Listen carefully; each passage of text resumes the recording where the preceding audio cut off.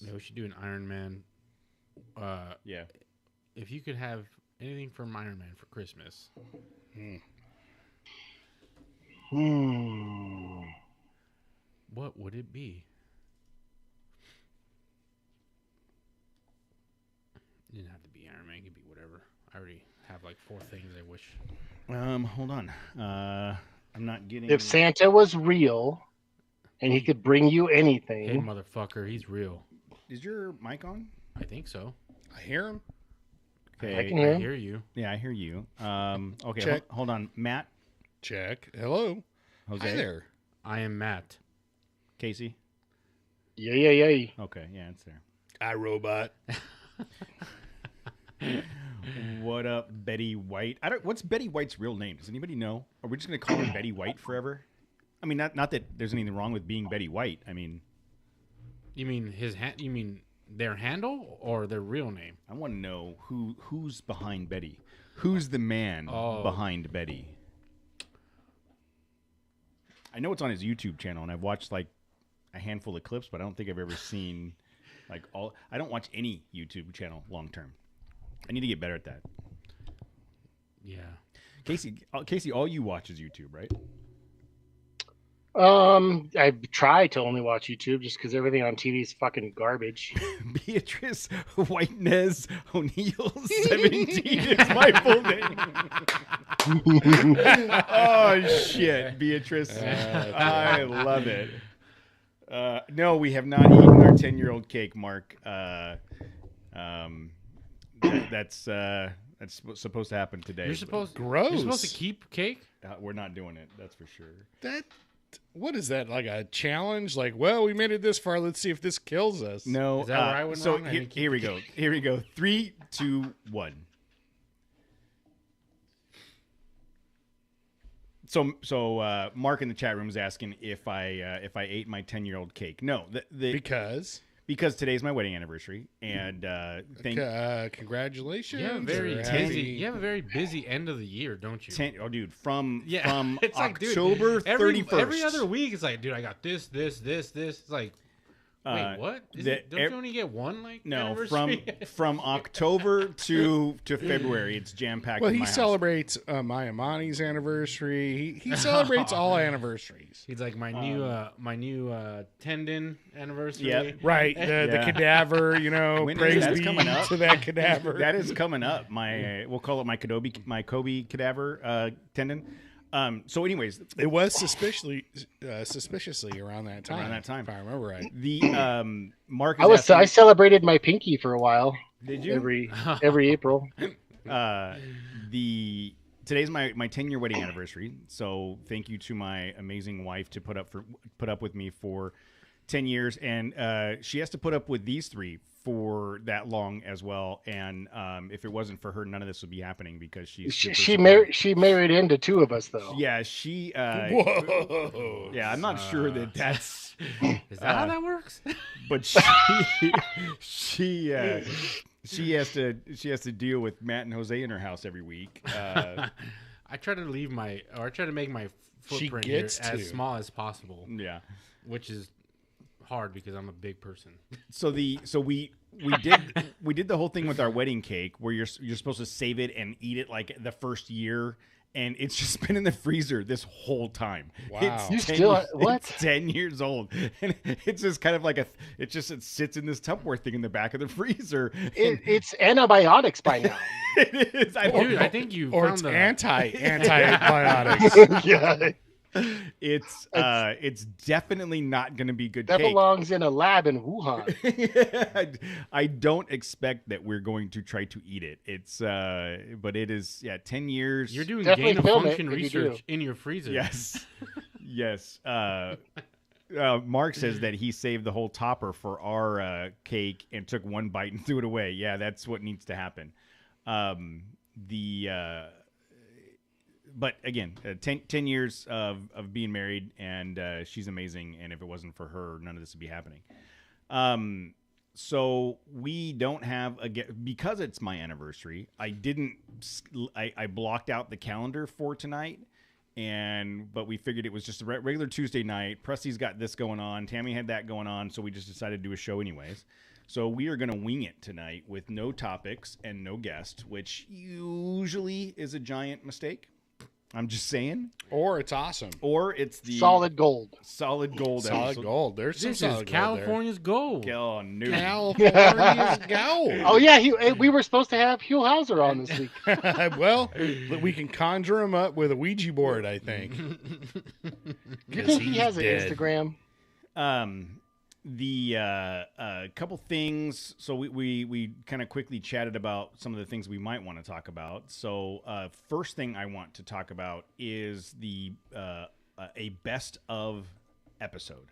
So Matt has been slowly gathering clips for what he considers to be best of. I want to get your guys' opinion on best of. So, like, if there's an episode that you recall or you hear something or a section. Forum of Justice. For sure. Is, pretty easy. Right? I will tell you, Matt sent me a text message of what he had listed so far, and I went back and started listening to it. And when we got to the DTV Shredder episode, I was crying. And it wasn't even... Like, we've done other funnier stuff on this show, but just Matt's absolute disdain for my scenario in which the DTV Shredder would be a good tool for someone that had mobility issues, and he eviscerates me with his logic. I was Tammy literally came into the room because she thought I was crying, and she sees me here with my headphones on. And she looks at me and she rolls her eyes and walks away.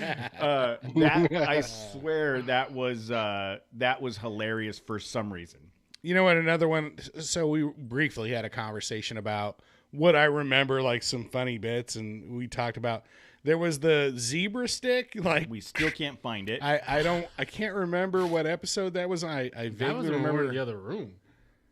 Yes. Was it really? Yeah. Yes. Okay, so that's with between the folding table. The folding table. So before we move into this room, this was Presley's room. What's Casey's like a ghost or something, an apparition? That I didn't mean to do that. Before we moved in, well, stop doing that. Whatever that is you're doing, stop doing that. He's like, I'm sitting. Trying. I'm not going to convulsions. I'm seriously, it's going to give me. I'm going to have a seizure. Yes.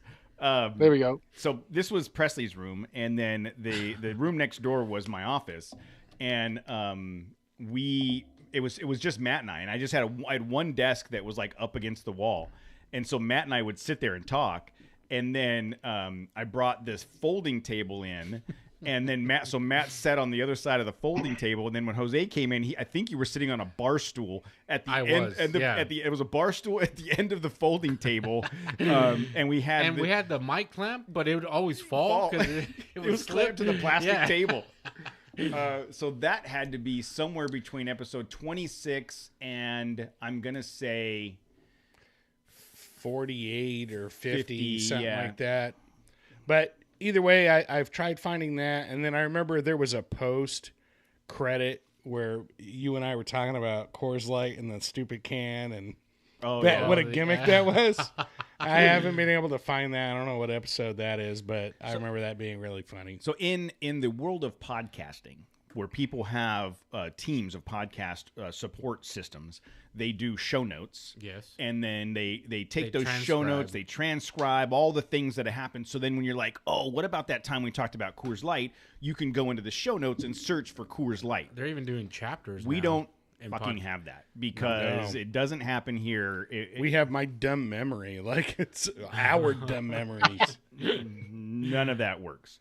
I know we always go back to the Off-Road Expo. That when Cody walked away. I brought that one up. Why do you keep leaving us here to do this?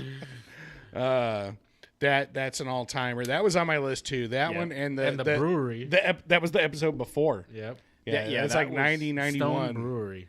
The Stone Brewery, the Off-Road Expo, those ones are on there. DTV Shredder was on there.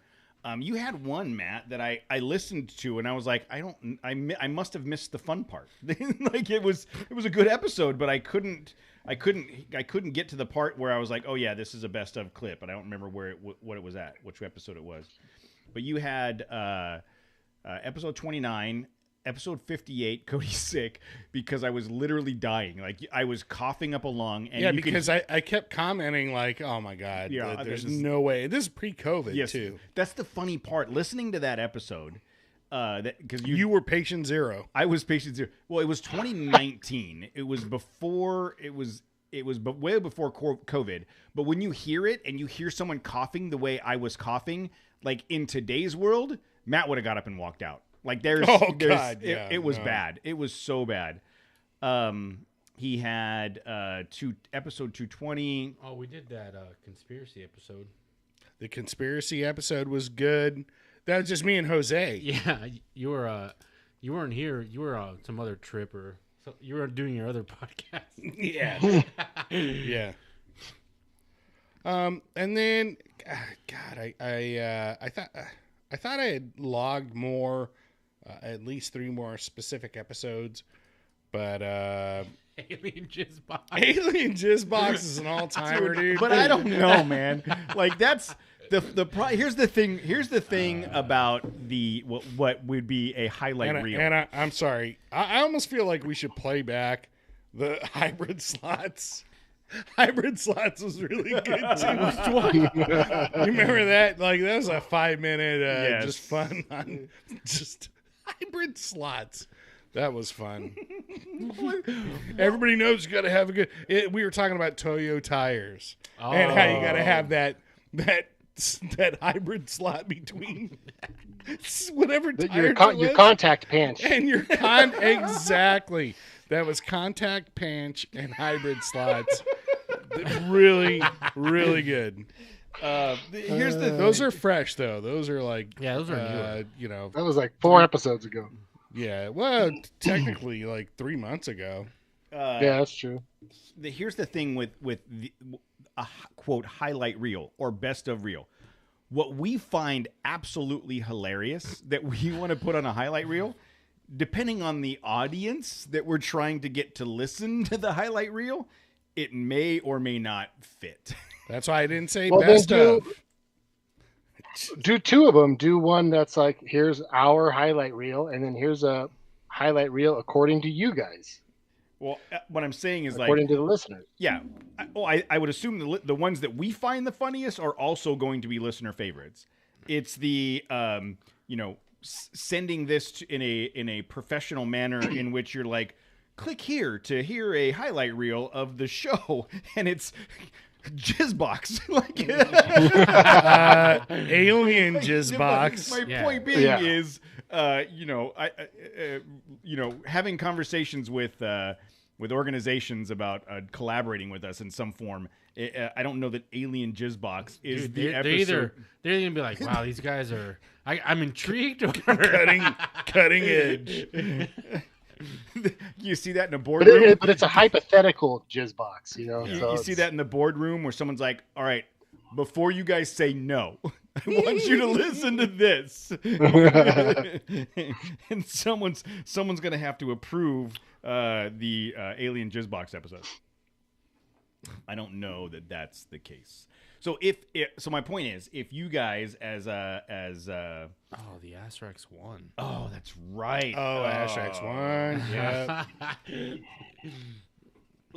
Damn it! And I'm gonna have to go back and Carlos's fun box. That was Jose's fun box at the expo. That's a good one. Jesus. Wow. Yeah. That was the very beginning of COVID. Yeah. No, that was right in the middle of it. Yeah, that was because that was 2021. Wasn't that last year? Wasn't that October of last year? No, 2020. Yeah. No, that was Asterix 1. No, Fun Box. Oh, I thought you were talking about Fun Box. Yeah. Asterix 1 was at the adventure, the very beginning thing. Yeah, that was February 2020. Yeah, it was like 2 days before the end of times. Before the pandemic. Really driving across to the airport. Right, guys? Pandemic, right? Well, we made it through the pandemic. That's right. We got home from that show, and then like the next day it was nobody can go anywhere or do anything. Yeah. It was, dude. We're like, wait, what? Yeah, it's funny. I remember thinking if they had planned it one weekend further, it never would have happened. No. And that was a really good show. We had a really good time at that show. We were riding high at that time. Yeah, we were very much on an upward climb, as opposed to the dismal downward spiral that is our lives today. See what else? Is there any other ones in here for? What? No more Fords? BS. That's your former Ford cohort there. I know. It's not my fault he couldn't handle it. A broken piece of shit? Like, not everybody can handle that. What are you doing? If you guys have some ideas for best of, highlight, funniest, shoot me an email, Cody@trailchasers.net. Or even just like a really good interview that was interesting. Oh no! Oh no! Oh, that's right. The Chewbacca's Red Rocket and the Voltron. Of course, of course. The sixth lion, dude. The sixth lion. Oh, because that carried into overtime too. Post credits. The Gummy Bear story for sure. Oh, Gummy Bears, yes. Oh, dude. 100% Gummy Bears. We're never going to be able to put this out. We're never going to be able to have anybody. You're like, hey, you know, I still have the Gummy Bear video. Recording. Oh, dude. Matt, you have to send it to me. Oh, no. That is literally like 2 years almost this week. Like it was like the 10th and 11th or something like that. Mm-hmm. That was 2 years. It was 2 years. It was 2 Christmases ago. Yeah. Matt, you think that guy's still alive? Yeah. I hope so. I don't think he's doing that business anymore, right? Oh, well, no, not when people wreck his vehicles. Tim closed him down. Tim closed him down, dude. Betty White says his commuter car is called the Red Rocket. Interesting.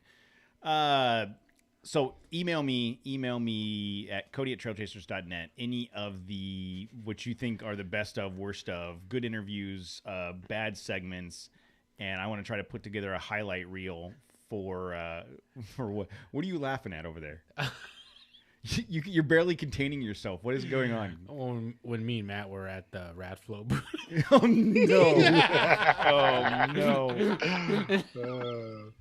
Just kill those guys. They still have the same garbage setup, dude. They do. They have this. I'm sorry. It's not garbage. It's just not. It's not a cornucopia. You can't describe that. I mean, Matt basically said, "Why don't you guys do what King's doing right over there, dude?" That was to their face. That was so bad. Oh man.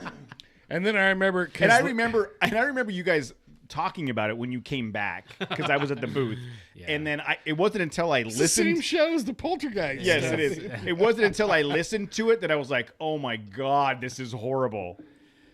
Yeah, dude, it's pretty bad. And then I remember, God, who was it? Like the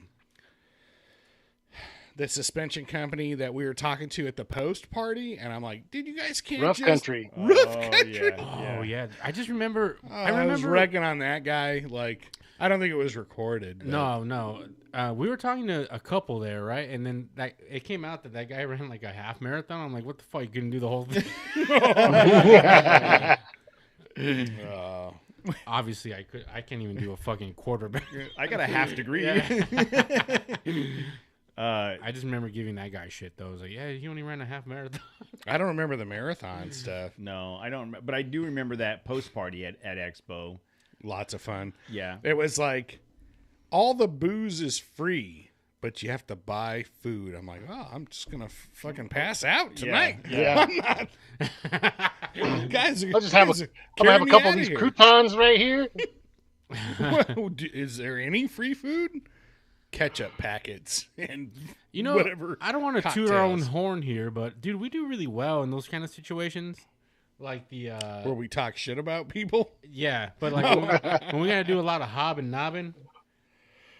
Yeah, we'll knob some hobs, dude. We will nab some Hobbs. Well, that we've talked about that a little bit in the because you know why? I don't want to say I don't care. It's just I don't give a shit. No. So here somehow I have a podcast or I'm on a podcast and I'm here. So play it up. Going back to the first, we've told the story. So if you've heard this, I'm sorry. But the first 24 episodes that I did by myself one-on-one, didn't like them. Matt comes on board. Jose comes on board. Casey comes on board. And it's built like the people that have hung out with us at the campfire know that this is exactly who we are. None of this is scripted. None of this is planned. When we have these conversations, it's very sincere. So when we're in front of people at an expo or SEMA or a show, it's super easy for us to just continue to be who we are and have conversations with these people. And we've interviewed everything from... I was going to say, just think about all the people we've spoken to. I was going to say, everything from members of the community that just started a page and have 30 followers to CEOs of national organizations, professional race car drivers, people that have no business hanging out with us. And we have done all of that. And it's so interesting to me that, in a professional setting, this has put me in a position where you could throw me in a room with anybody and I'll stand up in front of the room and talk to him. I recall going into a job and I was there it was the first day. I'd been there for a couple hours. We're in the conference room and the president of the company's like, this is Cody. This is what he's doing. So we're here to talk about X, Y, and Z. You got this? And he walked out. I went, all right, cool. All right, guys, this is what we're going to do. Just having the ability to talk to people every week has really changes your perspective when you're refines your skills and just kind of puts you in a mindset, I guess, too. It's almost like you hear like improv comments, like there's no no's. It's always yes. And all right, you got to keep the conversation going or whatever. So we're an improv troupe now. Man, can you imagine? Can you imagine? I don't know if we'd be this. I don't know if it'd be the same if we were up on stage trying to do this. I would love to try it. It'd be funny as shit. Because then we'd be trying. Yeah, exactly. Nobody has any expectations here. Nobody here. Everybody knows this is a shit show, and no one's at all concerned with that. But I've gotten to the point where I use the interviewing skills just in normal business conversations with people and start asking them questions, and it's really helped. You sway the conversation in the direction you want it to go. I think. Well, you just engage them oh, he's listening to me, and then because probably and then you try to. You actually try most of the time. Yeah, they're probably not used to people asking them or questions, right? Yeah. Well, it's most of the time, in a business conversation, there's a desired result that one person or both people have, and that every point of conversation is driven towards getting to that result, and everybody's fighting for that. Yeah, when you're able to sit back, when you ask an outside question, so what do you do for fun? Wait, what? Yeah, and then you do the end around. You do the end around. So you had mentioned the reach around method. You had mentioned that we do need to accomplish this. Well, how do you intend on going? How would you do plan? It? Yeah, yes, what is your plan? Yes, I like the sound of that. Yes, and yes, and anyway, my this stupid show has made it easier for me to talk to people, I guess. I don't know that I had a problem talking to people beforehand. Alcohol makes it easy. My wife says that I could. That's usually my thing, and it's even in the comments. Adventures Northwest said any one of the episodes involved drinking. Yeah, and I've heard that before. One of my old coworkers was like, "You guys need to do more drunken podcasts." Dude, we've talked about it. If I didn't have to drive home, I would, dude. We've talked about doing a Friday night episode, slumber party. Slumber party. Yeah, we got to do some more episodes around the campfire. Oh yeah, dude, we're too fucked up man, though around that, those that we got to do it early enough. That's which not the campfire from when Matt fell down. Hammers. Oh my god. Yes, the winter expedition campfire where I was drinking. Okay, yeah, throw it in there. That was just a shit show, dude. Yeah, I think that was just a lot of more than the microphone in my mouth, like yeah. That was a lot of me giggling for no reason, is what that was. anyways, email Cody@trailchasers.net with your suggestions for best of clips, and then we'll figure out how to pull them out and put them together in a clip. Pulled up a couple articles right before the show, and we're not going to talk about that one. Where's this one? This one was 10 best vehicles for overlanding. We've done that shit already. Yeah, it's all the same. It was like the Unimog or something. No, this one's the Earth Roamer. This one's more realistic. It lists what the fucking the 80 series Land Cruiser, the Palisade or some shit. 80 series Land Cruiser, a 4-door JK, Subaru Ascent. An Armada. Nissan Armada. 3rd generation 4Runner, Ford Bronco. Yeah, we've done that shit already, dude. Ford Ranger. Let's talk about Jeep what you'd want Gladiator. for Christmas for your You guys trail hear about rig. this like pass that you have to get in Utah now, like off road? Almost like how they have we have the winter pass here in California. I mean, I'm sorry, the Adventure forest Pass. Yeah, Adventure Pass. Pass. That's Forest to park. Adventure But Pass. that's to park. They have like some new like pass. You have to take a class on What? off-roading I say what? Utah? What? in Utah. Utes? It's like some it's called like the off-road something or other pass. Speaking of youths, that clip came up the other day of Marissa Tomei doing that whole. That's one of the best clips in cinema. Like, that is so good with her on the stand talking about pause attraction, and it's so good. Metallic mint blue, mint green, Identical. So this is it's impossible because she doesn't know. Betty White is saying it's for UTVs, and I'm looking at it, non-resident OHV permit vendor, and it's saying that you have to have a license and an OHV permit, and that's for street legal. The permit allows you to ride on OHV trails, not on streets, roads, or highways. That's for okay. Non-resident. I guess that makes a little more sense. Non-residents. It's for non-residents, and it looks like it's a UTV thing, not an off-road vehicle thing. I thought it was just like a off-road in general. Yeah, so both Betty White and Mark says it's for UTVs, which is essentially, doesn't surprise me that none of us read the article. We heard something and ran with it. That's what I'm hearing is did you hear that's but so don't it's just one more reason not to buy a side-by-side. I do want to go to Utah though, dude. I've only been the one. I don't know. There's a lot of reasons to buy a side-by-side. Is there? Which ones are they? You don't have to Name drive 3. your broken UTV to work. Get a That's vehicle pretty that's much good it. enough to not break. Yeah, but you could do even stupider stuff that's potentially going to break it. And then go, fuck, it's broke. All right, well, I'll just take my truck to work. Speaking of stupider, did you see that clip of the Tacoma with the full camper shell and roof rack and everything jumping off the dunes? It is dumb sauce. Let me see if I can find it. Nah, the one that's going around right now is that 4Runner going down the horrible line, and the guy sticks his arm out before he flips or about to flip, almost flips. No, this one's just recently. It's hit my like Instagram feed, and it's like you see the guy coming up the jump, and you're like, this is stupid. This is a bad idea. And he comes down and lands on the driver's side, and he's done. He's done. I'm guarantee he snapped everything in that left side of the vehicle. Well, did the airbags deploy? They had to have. I didn't see.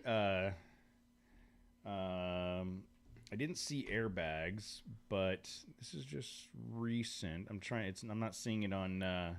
See, you don't want to own a UTV here because you can't go on any of the trails around here. No. Well, it's mainly for the desert, dude. Yeah, it's mainly desert. There are trails you can go on, but during certain times of the year. Fuck all that, man. Have you taken out like an awesome side-by-side, Jose? No, and I'm afraid that if I did, I'm like, fuck, I'm selling my truck and buying one of those things. Yeah, you would start shopping for it for sure, dude. for sure I would fucking want to buy one, dude. Yeah, they definitely have a place. I mean, they can be fun. We've ridden them in the dunes, but they, you know, it's there's also a lot of downside to it. But Matt, have you seen the video of the Toyota Tacoma in the dunes jumping and basically wrecking the shit out of itself? No. All right, I'm trying to find it. Well, since we're talking about it, I'm sure it'll come up on our Instagram. Yeah. Mm-hmm. It's a like a black or gray Tacoma that it's coming up towards the dunes. It's clear that it's going to jump, and it hits the air, and on the way down it lands and just destroys the shit out of itself. Well, there's like crazy YouTube people now, right? That they get enough money from their YouTube channel that it's almost like a dare to do that. I saw some guy trying to jump like a ravine or something in his just Dukes of Hazzard style, like in his Dodge TRX. Yeah. Holy shit. Yeah, like when they first came out. Oh yeah, like he fucked that thing up. I mean, it's I don't want to say it's totaled, but just no regard towards keeping this vehicle long term.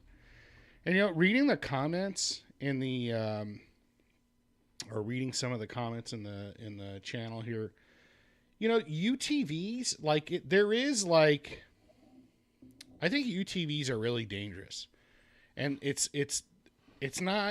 because there's a false sense of security, and we've talked about this before. That I've had a family member that rolled it, and my nephew was really severely injured. And again, it's because you can do amazing things and with no skill. Like you just literally, that we're almost getting to the point where I'm going to say that UTVs are almost like the modern like jetpack. Can you imagine if they just sold jetpacks to people and you were somehow responsible for flying around the fucking sky and not falling out of the sky and killing people below you? That's kind of what UTVs are, because you go barreling through the dunes. Nobody... the only safety device you're supposed to have is a dumbass 6-foot flag that somehow, what's that going to do if you're doing 75, 80 well, miles you have to an wear a hour? helmet. No.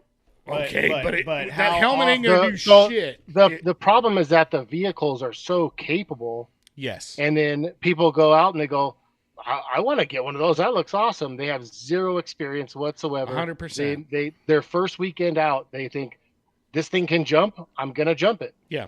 And they have no idea what they're doing. And that's when people get hurt. They don't have the experience right. to know that this is not a good scenario for me to try and pull off a jump. I don't have the people to look and make sure that where I'm landing is safe or whatever. And they just, because again, lack of experience. But you could buy that shit right off the showroom floor with like, I don't know, 100 and whatever horsepower. They're turbocharged 1000 cc, just sand rails. At least back in the day, last time Cody and I, we were going to Glamis. If you wanted that kind of capability, you had to build it, which meant you inherently had some experience with the dunes and whatever. Now we're getting a whole new thing where people are getting out there with these machines that are, and I don't mean to bring the tone down or whatever, but I think it's like, it's pretty apparent. You're bumming me out, man. You're bumming me out, brother. You know what? If you look at videos, it's shocking. Like, dude, you see 4 or 5 a day of people doing dumb, crazy ass shit in those UTVs where, 10 years ago, it was like, a fraction of the videos you would see now. So it seems very commonplace. So taking it down even further, we tangentially know somebody that was part of the group that was doing the Thanksgiving trip at Ocotillo Wells and Glamis trip, and I can't remember the couple's name, but they were at the river. They had a side-by-side. Mom and dad went to the bar at night The kids were all at the RV park in the RVs. The 14-year-old daughter got in the side-by-side and was giving people rides around the park, took a turn too fast, tipped, and Casey mentioned helmet. A helmet doesn't help you when the roll bar comes down on your head. And they just riding a side-by-side around the parking lot of a RV park, they lost their 14-year-old daughter. That's the reality, right? It's any piece of machinery that you don't respect and or understand can be dangerous. That's dirt bikes, side-by-sides, but that's go-karts. the other thing. It's not just so. Let's say that I'm actually a responsible. I'm not going to make that argument, but let's just say I am, and I'm going out there with a bunch of yahoos that just hoop for whatever reason. Like, yeehaw! I'm going to go to Burt's and go buy, the whole ensemble, and you're right out there with no experience. That's crazy. It is like it's pretty scary. And I thought Glamis was pretty. Using Glamis specifically. Because I know a lot of people that have been hurt in Glamis. Dude, there's like a lot of death there. Right. Yeah. We stopped going. We used to go on President's Day weekend. I was scared then. Yeah. I can't imagine now. We stopped going on holiday weekends because someone was going to die. And we would go the weekend after thinking everybody had already done it. But we had somebody on a dirt bike come up over a dune, and there was a truck there. Hit the truck, broke ribs. Sean. Yeah. So he's just flying through the dunes, and when we would go, there'd be no less than 10 of us. Between dirt bikes and side by sides and quads and the whole thing. Go to the Trail Chasers YouTube page. Scroll all the way down to the bottom. There's a video of 2013 Matt and I riding dirt bikes in Glamis. That's one of the first videos I ever posted. Still one of my favorite videos. It's fun. But somehow the music didn't get. I know it's all. It's got a nice music. It's got a nice soundtrack to it, and it didn't get. I think it was too early. I think it was before they could do the algorithms. But my point being is, like, so it should be super huge now. Yeah, it's pre-algorithm. You see the group that we roll with. At the time, it was 20-something vehicles, and even with a group that big, somehow a truck came the opposite direction, and the dirt bike came up the dune and hit it, and literally broke 2 or 3 ribs. And the guy didn't want to go home, so he stayed in the trailer for 2 days. All right. Well, even this past Thanksgiving week, when I was out in Ocotillo and Anza, I can't believe there's not like multiple accidents a day there, because it was just. There probably is. You just don't hear about it. Well, yeah, dude. I mean, there was something burning out in the distance, but dude, yeah, there was just motorcycles. There was just side by sides everywhere, dude. Just mobbing the desert, and just you don't even know, going around one of those ravines, like. No, but if I'm going to go around a ravine, I would much rather be the one in the the mid-sized truck than the dirt bike, quad, or side by side. But I'm just saying, there's so many. But it's a lot funner in the dirt bike, though. But there's so many of dirt bikes and side by sides out there. Just it's amazing that there aren't more incidents. Yeah, that's interesting. I wonder. I'm sure somewhere there's statistics, right, for accidents, off-road related accidents. And what's surprising to me is, like, it's a lot of kids, like young kids. Like, would you guys want your kids riding around unsupervised? Not on a busy weekend like that. Yeah, on a busy weekend like that. My kids don't. So but if they rode around. No, my kids would I would set parameters. They would have to be observed, and I would have to pick using my knowledge and my off-roading wisdom, and I would pick a wide open area that they'd be easily visible, like a lake bed, like a dry lake bed or something. As boring as that is, I mean, it doesn't have to be a lake bed, but there's plenty of places that aren't. There's plenty of places in Southern California to go that aren't just Sodom and Wells or Sodom and Gomorrah. When I used to take Zen out, I'd take him over to Cougar Buttes. Yeah. And there's all kinds of kids riding around. It's still pretty busy, but not nearly as busy as like Johnson Valley proper is. But yeah, there's like clear lanes where everyone's kind of riding this way on this side, and then this way on this side, and I could sit at camp and pretty much watch him the whole time, or just follow him. You know, I guess that's my point. Is what I just said. Like you have to use your experience, you know, however much you have or whatever it is, and determine, knowing that there's just morons out there that are either trying to get clickbait and just do crazy dumb shit for whatever reason, or there's people out there that just don't know any better and they're doing equally stupid, dumb shit. And so when you take your family or you go on a trip, you keep that stuff in mind, and maybe you don't go to the most exciting spots. Yeah. But you know what? You're safe. And then maybe you can, pick a nice camping spot, go to Shell Reef, because I think of Shell Reef too down at Ocotillo, that guys are going big. It's great to watch. Yeah, but you can get there without going through the main line of traffic. Sure. So here, the Consumer Product Safety Division has a report in 2022 that says, as of September 2020, it's kind of confusing the way they say this. The year 2017 is the most recent year of reporting for fatalities that the CPSC considers complete. CPSC staff is aware of 2,258 deaths with 2,210 incidents associated with off-highway vehicles in a 3-year period between 2015 and 2017. Okay. So 2,200 deaths in 3 years. Every incident had a death, essentially. Pretty much. No, because there's a second part of this. They're basically saying in 2,210 incidents resulted in 2,258 deaths. So every incident had a death. So there could have been one incident that was three people. That was one that was 1,500, and that was whatchamacallit. Okay, so I'm on a hold on. Let me finish this other one. So this also says, over the full 5-year period of 2015 through 2019, the Consumer Product Safety Division estimates that there were 524,600 emergency department treated injuries in the United States associated with OHVs, ATVs, ROVs, and UTVs. ROVs? I don't know what that is. If you got to ask, you can't afford.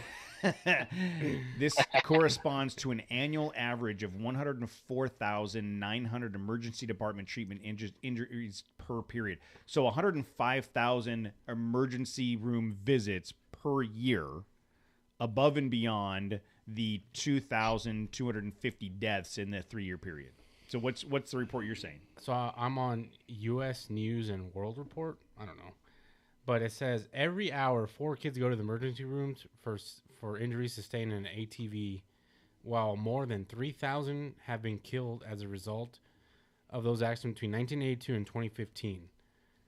And then out of that, they say more than 90% of the deaths and injuries among those ATVs are younger than 16. I'm looking at one right now that says the same thing. Well, that goes to what we're saying is people that get side by sides and go, here, go ahead. It's every single time I would take Zen out to the desert, there was at least one person riding around with no helmet. Oh shit. And there would be parents with their kids on the laps, and it's why I get it. Like sometimes putting around, idling, in a circle around camp, but they're like full on riding. No, and no helmets. I've done it with Presley, but it was Cougar Butte. Yeah, but it was like there was nobody there but us. It was us, and it was. I didn't go more than 30 yards. Yeah, I went 30 yards, turned around, and came back like that. Yeah. But they're full on like riding with kids on their laps, no helmets. Yeah, she did. She had a helmet on. I mean, you would have blew your Achilles if you were trying to helmets, boots, gloves, goggles. Like you have to have that stuff if you're going to ride a dirt bike or a quad or whatever. It's just dumb not to have that stuff.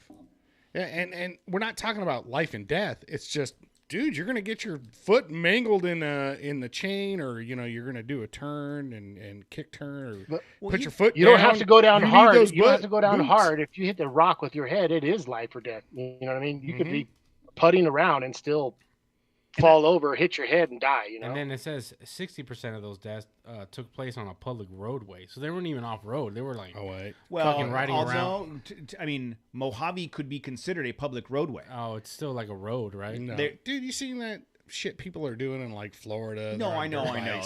Those are those assholes. No, but there are. I would be willing to bet those crazy people. I don't mean to call you assholes. Yeah, why are they assholes? They are. A Florida man. Well, you're in Florida. I don't give a shit. Do whatever you want. It's not going to affect me in California unless they outlaw dirt bikes because you guys are stupid.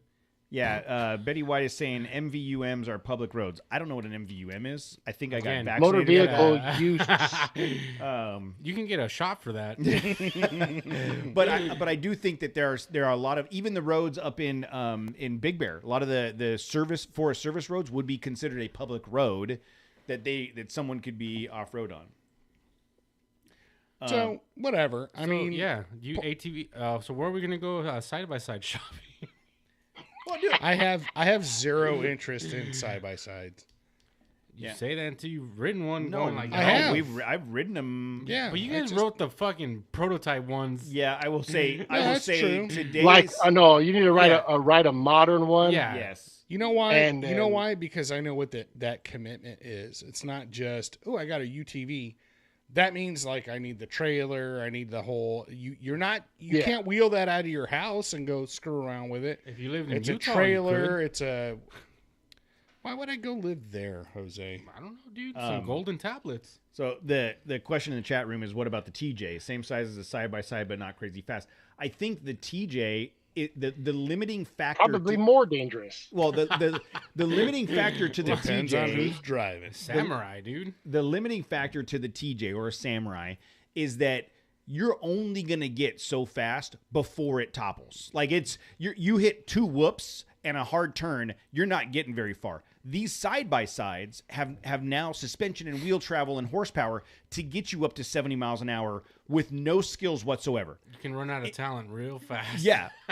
I feel like, and maybe the chat room disagrees, but I feel like the limiting factor to a TJ, if you're just driving a stock TJ, I'm making the assumption if you've got a TJ with massive suspension and wheel travel, I would hope that you're smarter than this. But like if someone just gets in a TJ and goes, I'm going to go off-roading, like that video we watched the other day. Heart attack hill yes, or whatever. You can only go so fast and so far before it's done. Like you hit 2 whoops in a TJ, the back end of that thing is up in the air and you're spilling. Like it doesn't have the margin of error is greater on a TJ and a Samurai. Like you could tell before, like, yeah, you can't fucking go 90 in the dunes in either of those vehicles. No. And I've tried. You know what I mean? And I blew out your shocks. Yes, because I was sitting in the back. That's my. But on a fucking dirt bike with paddles or a UTV fucking turbocharged 1000cc motor, you're fucking hauling ass, dude. Yeah. And you we go used over to that ride dune. 3-wheelers. Yeah. And survive. Remember those, Matt? I do, and those were, I don't want to say they were outlawed, but there were many injuries. They are outlawed. Okay, yeah, it was like, those are you death guys, traps. You can't have these. But if you were a skilled rider, you knew how to ride those. It wasn't that much different than a dirt bike or whatever. It's just people. I flipped one of them twice. People without skills bought them off the lot and went out and killed themselves like the first time. So again, it's like, what happens when jetpacks are available? You know what I'm saying? That was my point earlier. Like when Iron Man suits are available. Well, at least you're in a suit, but you're going to kill people down below that are minding their own business, sitting watching, listening to our podcast. All of a sudden, some dork comes in like, oh shit, and he feet dangling through the ceiling. Oh, that would be amazing. Like if that was the case, but. No, they're going to come down to piles of heap and just wreck shop, That's why. So moral of the story is that's why we're not getting jetpacks. We would have had jetpacks, but we'd have been the litigation, for wrecking and damages. It's not worth the risk. Yeah. Thanks, Reed. Oh man, I was going to say something really. We could be trusted as a society. You could go to Costco and buy a jetpack right now. They're available, just not available. There's a and my wife would refuse those too. There's a National Library of Medicine has a state-specific ATV-related fatality rates, and this looks like it was published in 2012. And in 2012, there's a table. What state do you think has the most fatalities related to off-road ATV stuff? California. Absolutely, California. 100%, dude. But you know who's a close second? Arizona. Florida. Oh. Well, I'm going to say California has how many more times the off-road? Texas. Texas had 392. California had 385. Then next is that Michigan? Michigan at 364, and then Florida. People dying in mud. Yeah. Snow. That's absolutely. Yeah, but we have a lot of BLM land here. Yeah, that's right. There's so much room. And the crazy thing about California is you can go out, you can literally take your Saturn out to the BLM and just start wheeling. Like, I mean, there's, you know what I mean? I mean, Cleghorn is an exit off the freeway. Cleghorn is an exit off the freeway. So you guys have probably heard us talk about this a lot. As you're going north on the 15 freeway, you exit Cleghorn. And you make a right. You can turn left to go under the freeway and hit railroad tracks because there ain't shit there. Well, depending on which side you're coming from. Yes, I'm talking about going north. Yeah, oh yeah. And then if you turn right, you are on dirt. There's literally 12 feet of asphalt, and then you're on the trail, and you can take that all the way over to the other side of the mountain. And you could again, and you can choose how hard or how easy you want it to be. Yes. Well, we've been up there with some with a Renegade and Subarus. That was Pilot Rock. Oh, that was Pilot Rock. Which same on the other side of the freeway. That was 2 exits down. Yeah. But I mean, I guess we got on. And one of the more ass clenching trails at that time. Oh my God! Hey, it's my anniversary. I don't need to get a divorce on my anniversary telling this story. There's only 2 off-roading stories that could get me a divorce. That's one of them. That's a great photo, though. Like, we're the 3 of us. It's like a black and white photo, and we're like, I can't believe we fucking made it through that. There's no reasonable reason why we're still all 3 of us okay right now. It was on our website for the longest time. I had it on the contact page. There's a picture of the 3. Tammy took the picture of it's the 3 of us standing on the side of a hill, looking out over the valley, and I'm literally whispering to these guys, "Oh my God, she's gonna fucking kill me." Pissed off. I can't. We have to turn around. We have to get out of here. I'm going to get a divorce. This is horrible, you guys. And then you guys are just laughing. That was one of the few times that I went too far. And even like Matt's made the point. No, I had to say, Matt dude, was the one. I can't take this there. Yes. This is not happening. We need to turn around, guys. Yeah. I'm in a Renegade with stock tires, for Christ's sake. Please, why? I have my kids. Why are you challenging me here? I guess the wrap up here is UTVs don't get a UTV. Or be smart about UTVs. Just if be you're smart. Just, I don't know, take it slow or whatever. I don't like. You also shouldn't just be able to fly a jet fighter or whatever. So the picture's on our About page. If you go to trailchasers.net/about, you see the picture of the 3 of us standing there. Tammy took the picture through the window, and I swear to you, I thought my wife is so easygoing and calm, and she's never upset or angry. She was fucking furious at me on this trip, and I was like, she's mad, guys. I've never seen her like this. We got to get out of here. But if you look at I love that picture, but the backstory to that picture I think is even more fun than the actual picture. That's fucking hilarious. God, when was that? What year was that? I had the Tacoma. 2019. Oh yeah, it had to be 20 because you hadn't gotten the Frontier yet. You were in the Renegade. Yes. So yeah, that's fun. That's hilarious. That was either late 2018 or very, very early 2019, because I got my job at Pan February of 2019. I feel like it was November, December of 2018. I feel like it was right around that time. All right, so moving on. There is a show coming up in March in Pomona that I'm not familiar with this event. Does anybody know if this is the first year they've done this? I think it's going to be the inaugural year. Is it? It's called the California Overland Adventure and Power Sports Show. It's March 18th and 19th, 2023 at Fairplex in Pomona. That's the same place they do the Off-Road Expo in October. And it's the website says it's caoverlandadv.com. Yep. The website says 400 plus indoor and outdoor exhibits, 2 full selling days, thousands of attendees, the ultimate outdoor lifestyle show. So this is it looks like a cool event. It sounds like what we went to in Anaheim, only rebranded. Oh, good point. Yeah, that was the Adventure Expo, right? But that was the Adventure Expo, Motor Trend. And it was. Oh, this is the Outdoor Lifestyle Expo. Yeah, my bad. That one was it was here. It was the four-wheeler Adventure Expo. Oh, Samsonite. I was way off.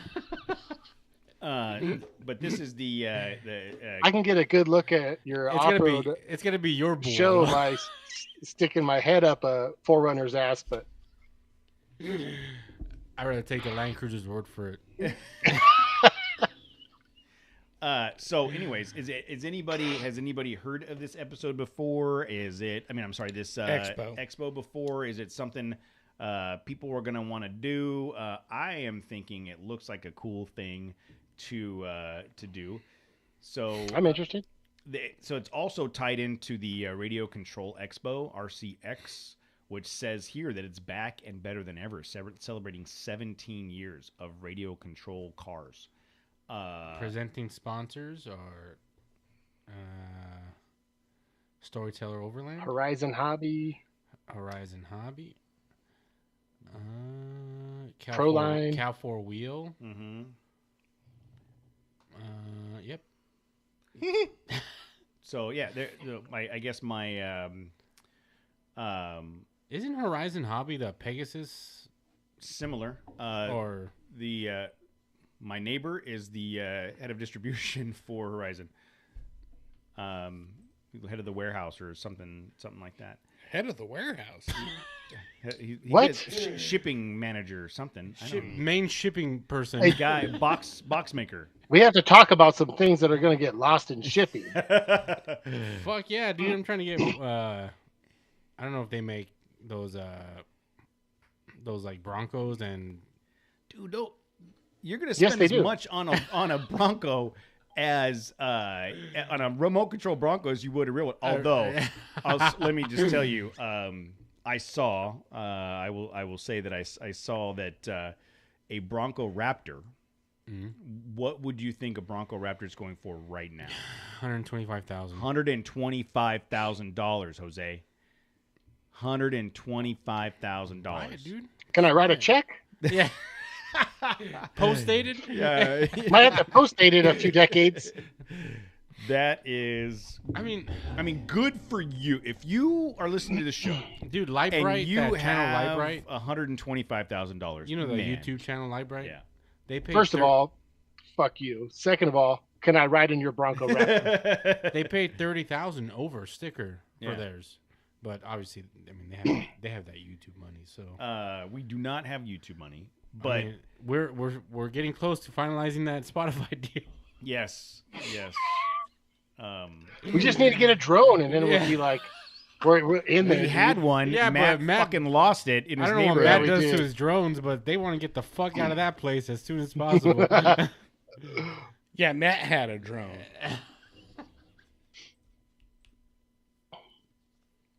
That's all. Matt lost it.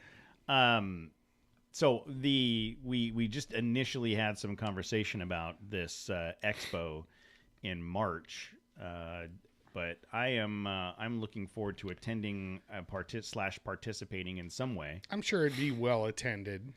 It's Southern California. Looking at the existing March, the weather is awesome, beautiful, primo. Looking at the existing vendor list, there is a lot of people here that I would suspect are going to be promoting it, and which would be help drive attendance to the show. I mean, and anything in Southern California that's off-road related appears to get good attendance, you know. And that date sounds like a gap too. Like it's after the Hammers, it's before Expo and all these other things. It's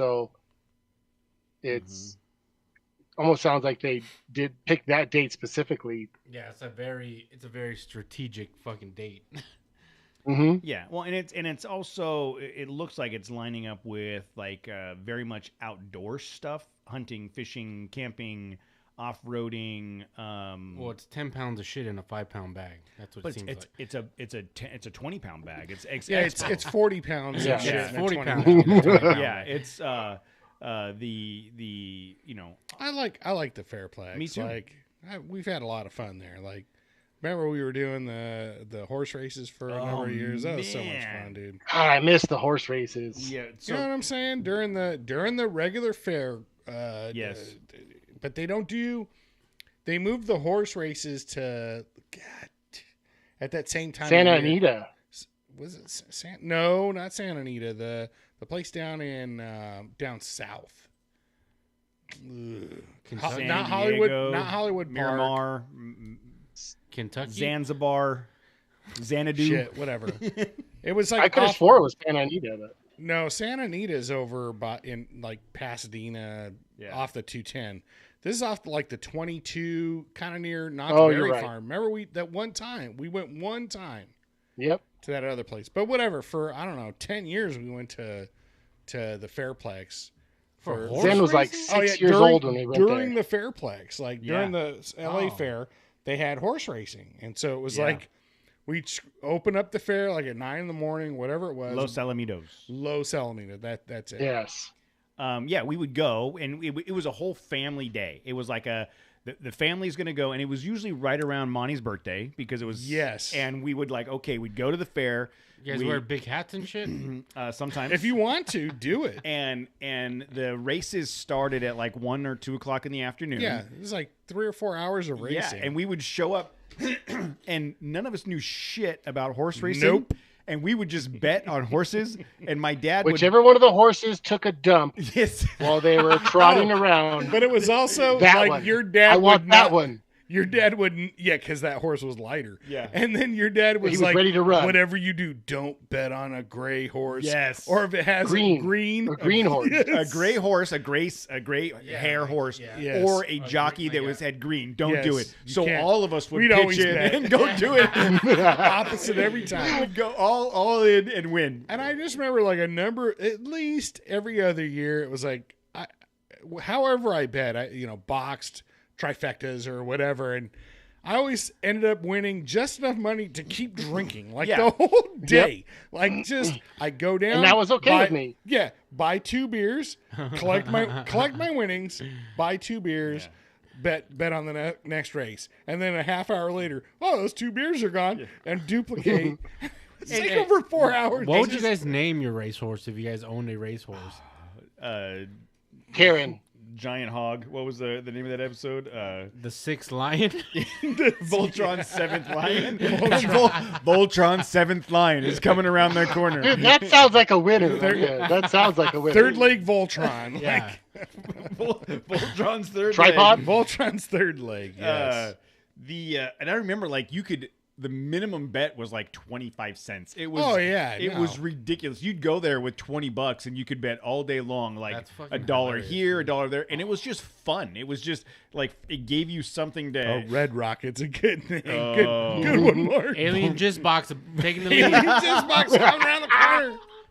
Voltron's Red Rocket. Oh man, there's got to be a commission. AGB. Voltron's Jizz Box? Yeah, AGB is is Jizz with a G or a J? J. Yeah. Sorry, AJB. as opposed to ABJ. Yeah.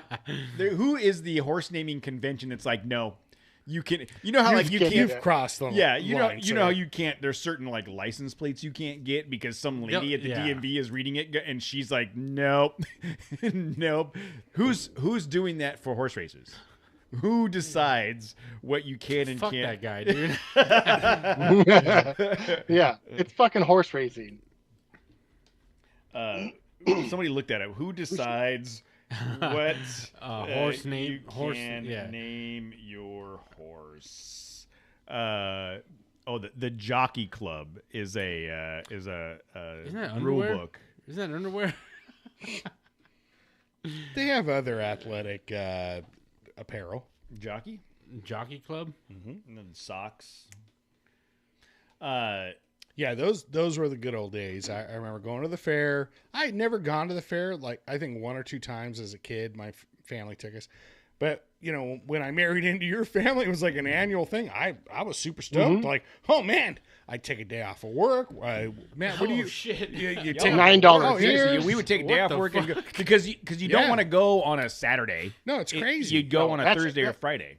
Matt, what do you That's take an a day amateur off move for? right there. You don't I'm- go on a Saturday. or Yeah, Sunday. going to the fair. What? You know, like, and I'd always get shit for like, you know, taking days off or whatever. I'm like, bitch, you don't even know what this is all about. This is like tradition. This is a family tradition. I'm going to get drunk on Thursday, you know, whatever. I'm going to watch horse races. And then we're going to wander around through the, you know, like we bought like Watch the fucking train, little train. You know that train world they got? The town, Yeah. the little town. That's right. We're going to go to Train Town. You get a train right ran next, on you? it's right next to Pussy.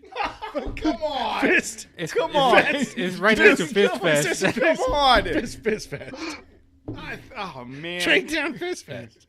So, whatever. I think I'm you've sorry. gone too far. The horse one? naming convention, yes, I think that one was too far. Okay, I apologize. The Jockey Club is apologize. The Jockey this is Club where- is. I'm going to get a call from the Jockey Club. This is where I apologize. Every week your I weekly apologize. apology. But I remember like you go in and like Monty and I would always buy some kind of weird tchotchke, you know, like there's that, and I think we still have it. It's like a little potato or tortilla heat. It's like a glove.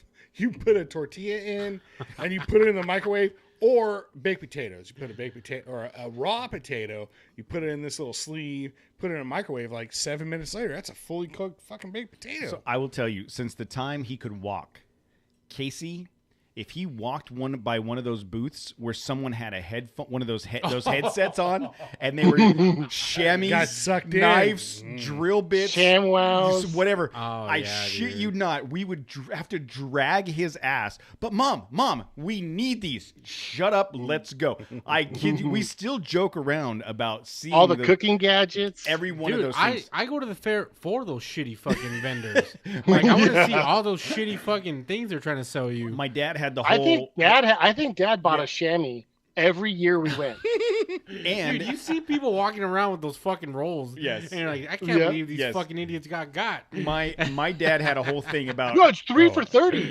Yes. It's a great deal. I believe it. Yeah, is but they're made in Germany. It says Germany on the fucking chamois. my dad had his thing where he was like, the last weekend of the fair is when you get the best deals. And he went and physically bought a spa from the fair on the last. yep. Oh They don't wow, want- that's they don't- that's they the don't wanna big take sell. that Because he's shit, like, dude. they don't want to have to take it home. So what you got to do is you got to go in, and we got at the house Casey and I grew up in. We had a big fiberglass in-ground spa that Dad bought on the last weekend of the fair because he knew he was going to get the best deal. And ever since then, it was you got to go the last weekend of the fair to get deals. Oh man. He always insisted on getting they had the good, better, and best parking. What you're gonna want to do is get the best. It's only $25. Like I thought $25. I'm walking. That was back then. Now it's It's like $45 or $50, dude. But yeah, make sure you sign up for Fist Fest at Train Town. oh man.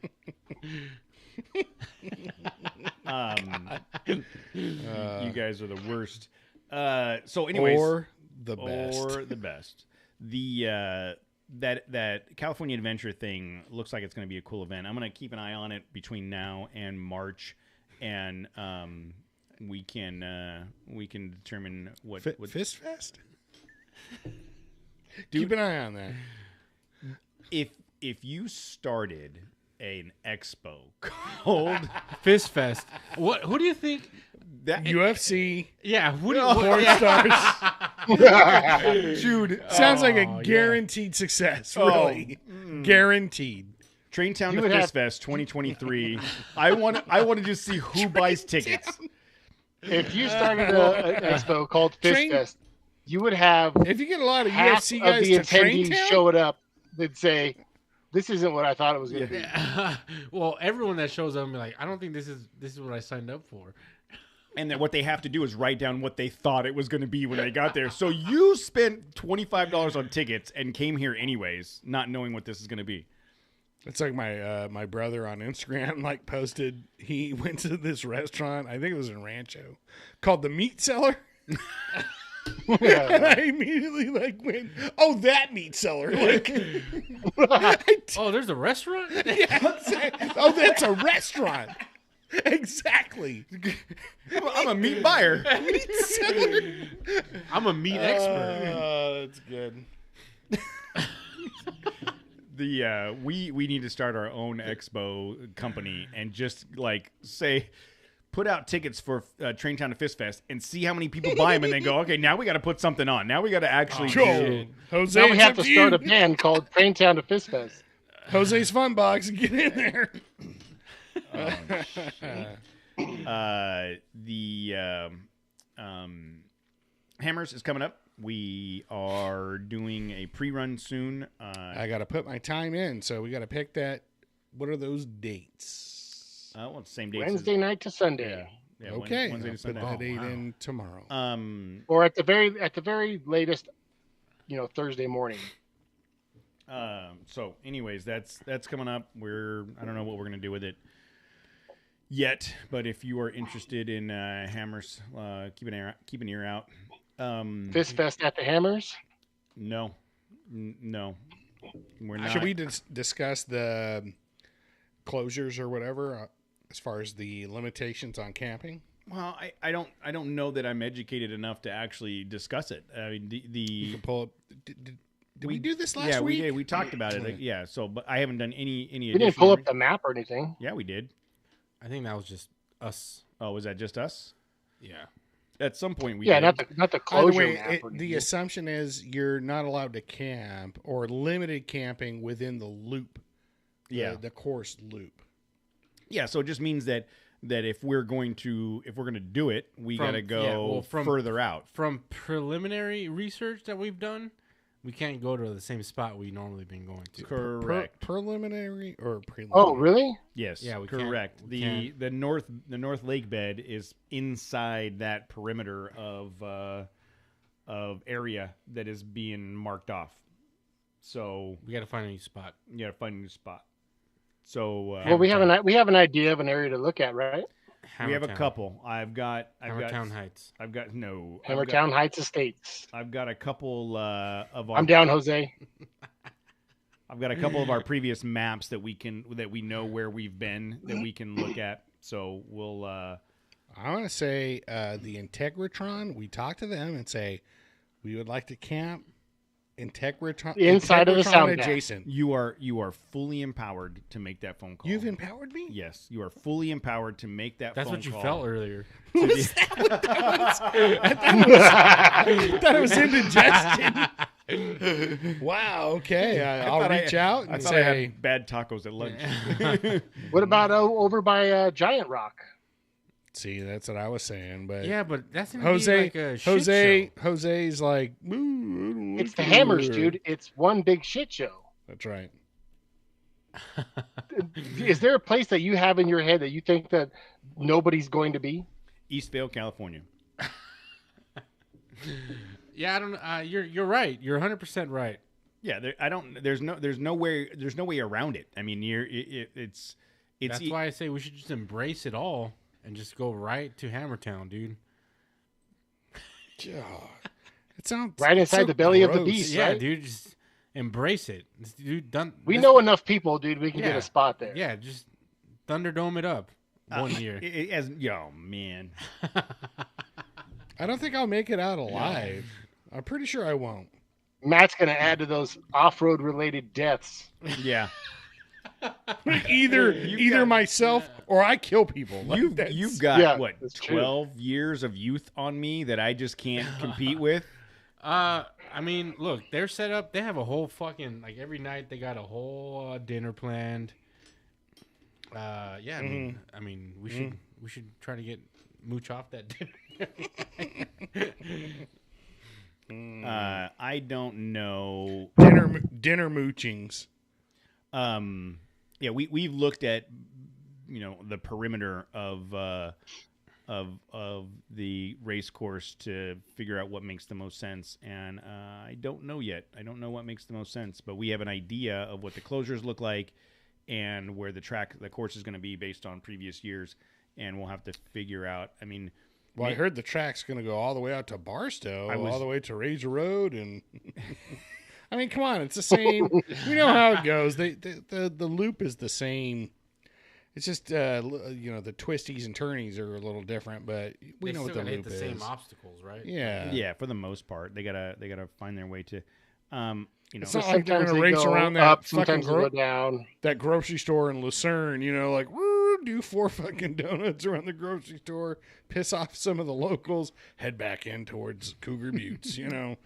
They have a gas pit stop at the gas station. At the one with the dinosaur. Yeah, that one. What's that place? Dynaco. Okay, yeah, it's Sinclair. Sinclair. Oh, see, Dynaco. Isn't that? What was the name of what was the name of it in Cars? Cars. Yeah, there you go. Yeah, Dynaco. All right. Well, so that's coming up. We think as long as everything goes well in February. Any other? I'm fucking going. Okay. So Casey's going for sure. Don't do this to me, man. This is the one time a year I can go. Are you going solo? I don't know. Susan said for Christmas. I said to go to the Hammers for 4 days. Well, we'll see in a couple of weeks, I guess. Yeah. We'll see if Santa Claus is real or not. Yeah. Oh, he's real. I'm bringing it to myself. Oh, okay. Yeah. So I am Santa Claus. Says who? Well, you got enough gray in that beard. Have you ever seen me and him in the same place? That's a good point. Dude, sheesh. You just stumped me, dude. What else, guys? What else is coming up? Well, we talked about Christmas. Do we want to talk about what you want for Christmas? So, Casey, is Hammertown the only thing on your Christmas list? Yeah, you have anything else on? It's definitely at the top of the list. Having not been out to do anything in an extended period of time, it's definitely at the top of my list. Dude, I haven't done shit in come on. It's killing me. I mean, I guess SEMA accounts. Sorry, Case. But I mean, driving in the dirt. Yeah, SEMA camping. SEMA was great. I mean, I had a blast at SEMA. It seemed like that time went so fast, and it seems like that was 6 months ago. Just because of the pace that life has been at. For me, my Christmas list is filled with tools. I so badly want to redo my garage. You want that bandsaw, don't you? I do. Oh, did we tell this story? No. So I was a bandsaw or a portaband? A portaband. Portaband. So I was doing some work and I had these brackets that hold up bumpers, and they were sitting too far off of the wall, and they were already mounted to the wall, and I was like, shit, I need to cut these things back so I can push this bumper further back. And I'm like, it's already inside the space. I could have hit it with a cutting wheel. That would have been sparks and everywhere. I probably could have done it with a Sawzall, but we know what that sounds like, looks like, and it would be a giant. The cuts would have been really jagged and rough. Yeah. I was like, I need a damn bandsaw. And I was all Matt has a bandsaw. So I tucked away. I charged the batteries up and everything. I tucked away any masculine pride I had. And I reached out to my brother-in-law and said, dude, can I borrow your bandsaw? So he let me borrow his bandsaw and 2 batteries. And it made super quick fucking work of that. It was like 2-inch square, basically like receiver hitch type tubes. Yeah. Done and done. It took, cut it like butter, put a little bit of masking around it, shot it with some spray can black to match the powder coat, and then put the bumpers back in. Came out so clean. Could have had the grinder. You could have asked for the grinder with not the buffing wheel, but like the sand disc. Yeah. And I had a file. I had a file in my bag, and I just hit it real quick with a file. It's a great thing. It's just, you already had the batteries. You could have just had I have the wheels and everything. Just well, I have a grinder and one of those sanding pads. I didn't want to inside the store. But I immediately put a portable bandsaw on my Christmas list. I won't get it. I used the shit out of one just today. Doing what?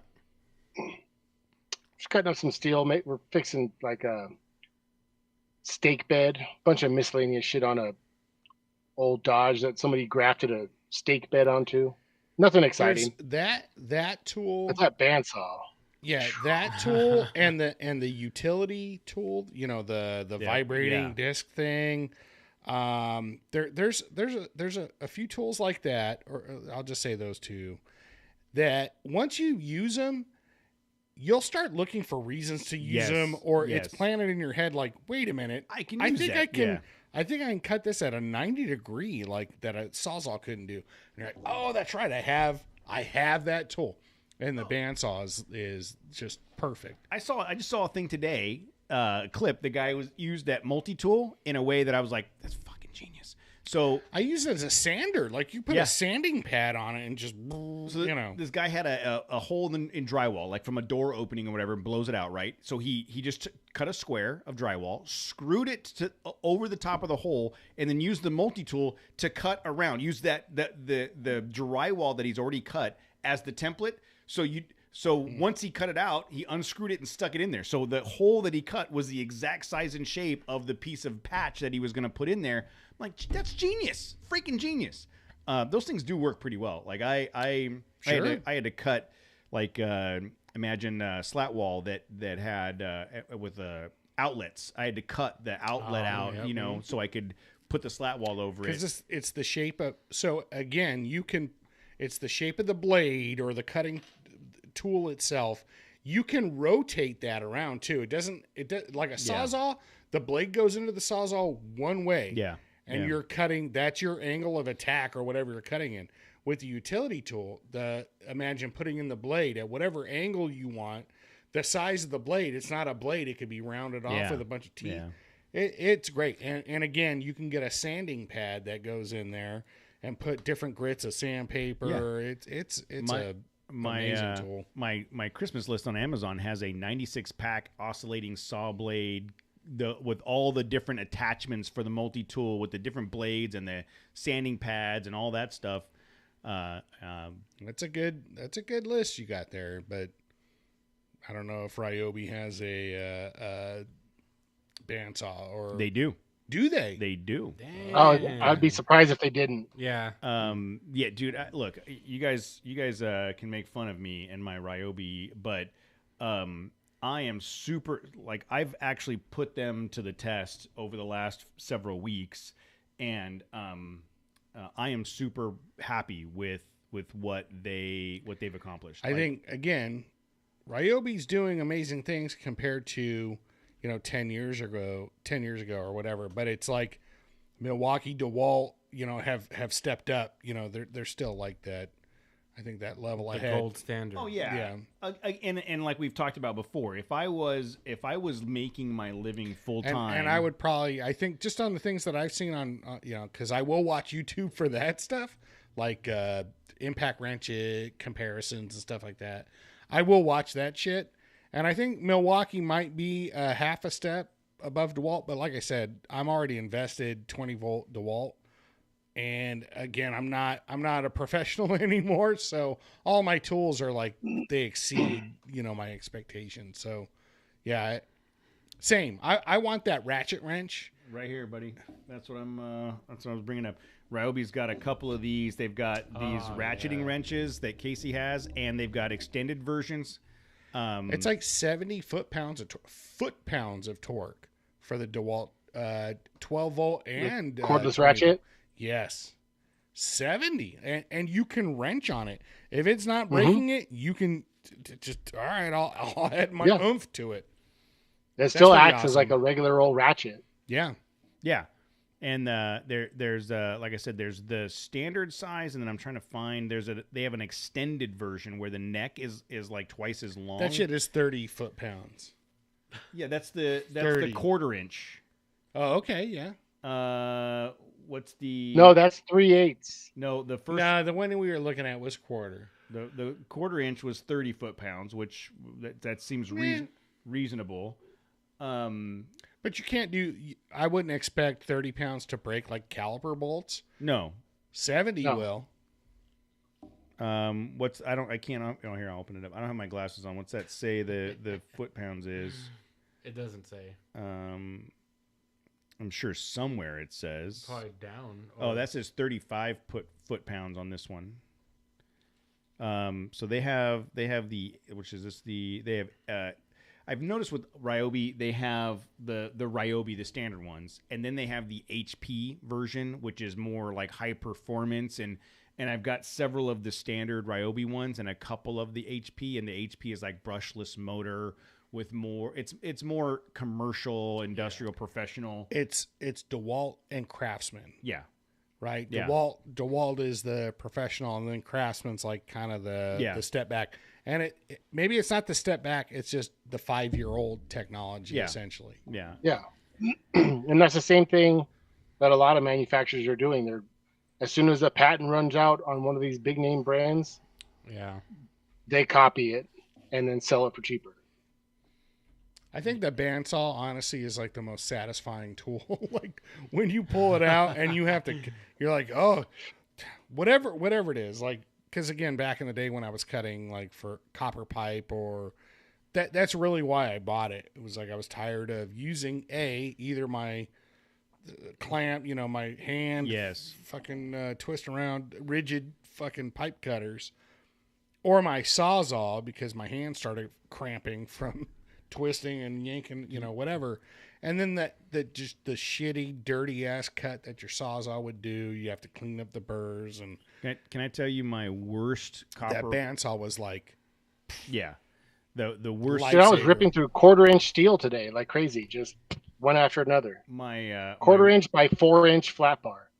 I don't know if I've told this story. I probably have told Matt this story, but I was doing a job with like 4-inch copper pipe, and I had one of those big rigid pipe cutters, and I got 2 guys on the job, and they're calling out thing, I'm cutting, and I put it on the pipe and I spin it around, and you're spinning it around, and I'm looking up at what my guys are doing while I'm cutting, and I'm spinning it around, and one of those spins broke through, and because you crank it and spin, as it spun, it broke through the pipe, and my hand kept going around, and I hit my knuckle on the inside of the pipe and wrapped it around that freshly cut copper. Ow. And it was the most painful, wicked slice. Bloody. It like corkscrewed my finger, and I thought for sure it was going to be another set of stitches. If you're doing pipe that large and you're cutting that much, you need like the threading machine, that'll spin the pipe for you, and you just hold against the vise and whatever. That's your boss. I was working for a company that had more. They valued my fingers less than the cost of what that tool would have been. The bandsaw and all the other. Yeah. Hey man, you realize I'm cutting like thousands of feet worth of it was an oil steel refinery. It was an oil refinery. It was a giant job. And let me tell you about getting cut at an oil refinery. Don't tell anybody. Don't. There's a shit. Dude. They'll shut you. Oh, they'll shut you down. Shut you down. You got it. They make like OSHA. Yeah. Or, I mean, OSHPD. Yeah. Actually, HKI now. Is it? It's not. Oh no. Anymore. The first thing I did was cover that shit up and go out to the truck and did a electrical tape field bandage and put my glove back on because if I had gloves on in the first place, that probably wouldn't have happened. But yeah, you don't. If you're bleeding, you don't let anybody on an oil refinery job notice because the whole job will shut down. They don't want you to contaminate that wonderful, black gold. Black gold. That's why they charge so much for it because there's blood in there. There's physically blood in there. Okay, cool. What Jose? What's on your? What about Jose's list? We saw your stupid Toyobi stuff. What's on Jose's Christmas list? Mine's just about quality of life when we're out, like off-roading and camping. Oh, go on. Yeah, I'm kind of turning that way myself. Yeah, dude. Like, I keep going back and forth on a rooftop tent. Like, that's like the ultimate, right? Like, do you want to carry that shit around on the top of your car, or do you want to ground tent it, or do you want to build a platform in the back of my Land I sent you that post about the ground tents the other day. Yeah, so. I know. And then, but like when it's fucking cold, dude, like an electric blanket. But then I would need a fucking battery, and then. So okay. So I saw this electric blanket, and let me go to. So Joey sent me a link to one that he swears by that says, like, it doesn't have a cutoff to where like it'll shut off after 2 hours automatically. Yeah. Stuff like that. He swears by it. So I'll send you that link that he sent me. But then if you get that, you're gonna have to get a fucking battery, some sort of battery management, like a battery, and then manage that fucking battery. So Iron Man has. Let me see if I can find it. Lighting and electrical. Why are you in incognito mode, Cody? Because when I bring up if I bring up Amazon while I'm not in incognito mode, everybody gets to see what had happened was everybody gets to see my shopping list. So there's two. Damn it! Where are my glasses? My glasses over there. There's two things from Iron Man. It's this the iBat OX0012. This is literally a box. It's a Contico. What's Conoco, that like plastic rubberized box. Where the FBI trains? Yes, and then but you drop a regular battery in this thing, and it's got 12-volt outlets. That's USB outlets. How much is it? $149. It's currently out of stock. And then and what's the watt, like the output of it? Whatever the battery is. This one, there's a certain size battery that fits in there. Yeah, this one is just you put a battery in and it makes the battery usable. So you could put a spare battery. It's like an adapter, like a multi-use. So it's adapter. all DC. So it's like an inverter. It's all DC. No, this is not. This is just a battery box that you. It just gives you different means to plug DC into the battery. Yes, it becomes just a battery. The other one is the 500-watt Titan portable power station. That's in stock. This is new, and it's an actual full-on battery. Powers up Matt CPAP. Yeah, Cody, I want one of those. me too. Do it. I don't know. Do it. I don't. Where's it at? I don't see it. I don't know how to make that happen. Oh, okay. Where's it at? I don't see it. But no, that looks rad. That's perfect. The next maybe for winter expedition. My thought is one of these and an electric blanket in the rooftop tent. I am golden. Mm-hmm. So we need 4 of those. So hook that up, Holmes. And just like a good camping chair, I would like to change my answer on what I want for Christmas. I would like to refine my list, please. My Christmas list. And so that's why. So how many amp hours is that capable of? What does that equate to? The 500 watts. 51 amp hours. 51 amp hours. Woo. That's a weekend, dude. Okay. It's pretty That's good. probably more than that. That's why I think I'm just going to do a lithium battery and an inverter. Yeah. And a solar pad, right? Somewhere. You don't even need a solar pad. You just need to make sure it's charged up before you leave on your trip. And that 50 amp hour battery is going to last you your trip. And then just make sure you charge it back up before your next trip. You don't have to even do solar. unless you're like, okay, I'm going to go out for 2-3 weeks, then you're going to have a way to do it. But for weekend trips, 3-4 day trips, yeah, all you have to do is make sure it's charged before you leave, and that's it. I definitely want to get one of those fucking Midland radios. Like, we need better radios on the trail. Those GMRS radios, that's what I want to get. Is that what we're looking for? Is GMRS? Yeah. And what do we have now? You've programmed our radios for that. Okay. Yeah, but it's just remember we were looking at that GMRS and it said like open line of sight was like 15 miles or something like that. Yeah, well, they have different. The power they have with GMRS, you can go up to 50 watts, and then you don't need you buy a license. I think it's like $15 or $20 a year. Oh, you don't need a full for 10 ham? years or some shit. You don't need a ham license? No, it's a 10-year license for I think like $25. You don't have to test for it; you just buy it. Yeah. The one I was looking at was just a 15-watt one, Jose, and that's what I was saying. It was like a 15-20 mile range. Yeah. If it's open line of sight. Yeah, I mean, damn. But yeah, I need to put some fucking chase lights on my Land Cruiser. Like, it just needs a lot of quality of life upgrades. My chase light, I put those chase lights on the truck before Hammers last year, and now with the rack and you can't even see them. Yeah. I gotta move those before the next trip. Put them on the rack itself. Yeah. But yeah, I want to buy I want to get some of those cubed, the amber ones. Yeah. I have those 40-watt amber spot cubes. Yeah. They are fantastic. Yeah. I've got two of those. That's all you need. Yeah, I want 2 for the ditch lights in the front and then 2 in the back for if you put those as chase lights, no one will follow you, dude. They'll have to fall so far behind because you'll blind the shit out of them. Are they too bright? They're bright as fuck, dude. Yeah, but you want I have 2 of them mounted on my bumper. I'm telling you, if that's all you need as far as lighting. Real quick, back to the Midland thing. Mark says I've got the 40-watt Midland. It's pretty dang nice. Is that the?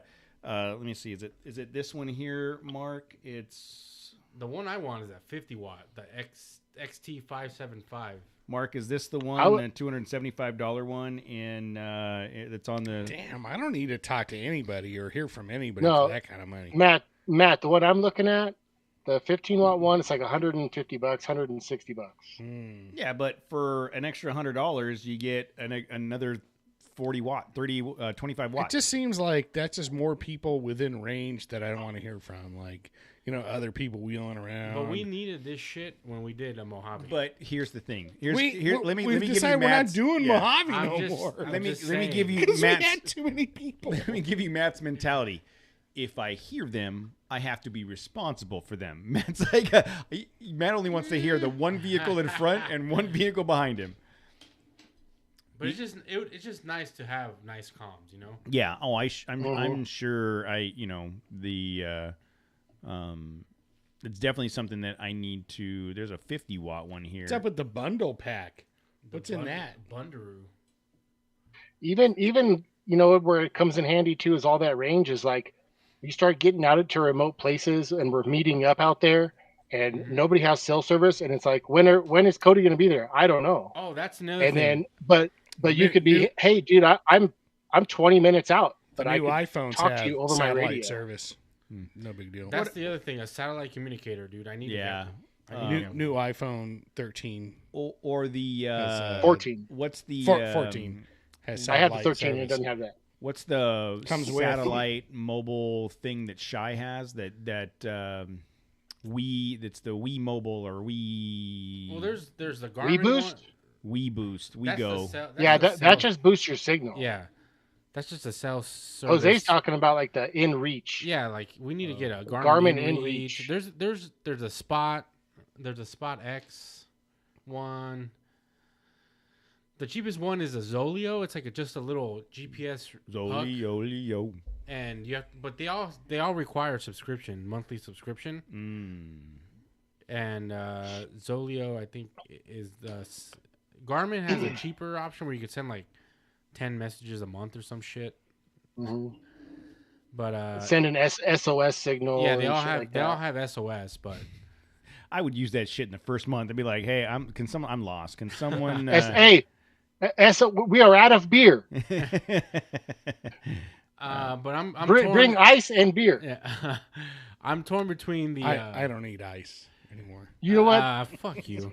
Whatever. The Garmin InReach and Matt, you better save room for me in that fridge at Hammers. I don't know. There's not a whole lot of room in there. You know, think about all the beer that I'm drinking. I got to keep refilling it. Mm-hmm. I'm writing a letter to Santa Claus. The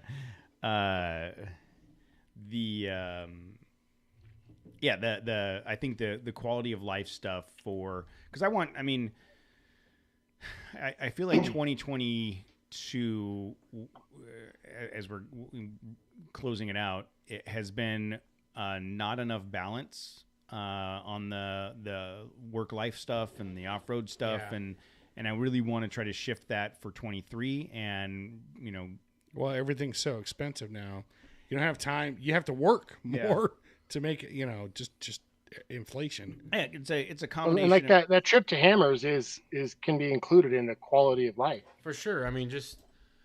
If you recharging, like getting away and unplugging, recharging, but just being out there though, like if you just have, and not necessarily just budget shit, but if it's just like you just have a camping chair and a sleeping bag or just a tent, like it's not like not where it's more obviously more comfortable is gonna be more shit you gotta bring, but I'm tired of just having the bare minimum. Yeah. We have some camping chairs that are super comf, but they're not small. No, that's the thing. I'm trying to minimize all the shit I got to carry in the back. That's those front runner chairs are awesome. Yeah, but how much are they? Yeah. Like $200? They're $75. Oh, okay.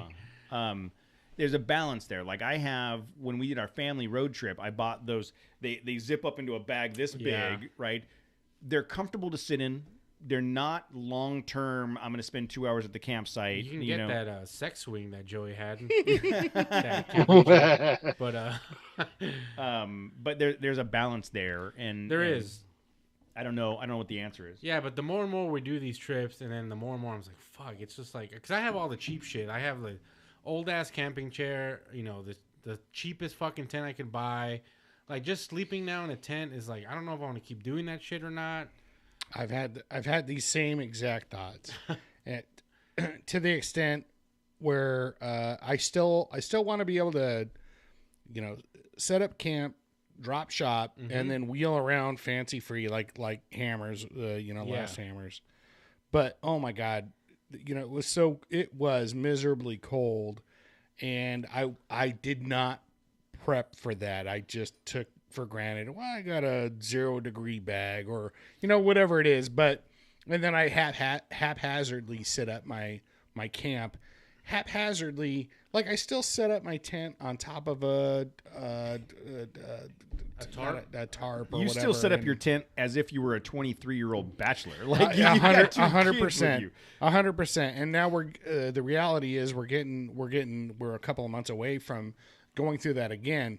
And in the past month, I have started researching. Like, I bought a -10 sleeping bag. Right. Okay. So, but I think so. The Tammy and I, when we were in New York and it was cold, and we had this conversation.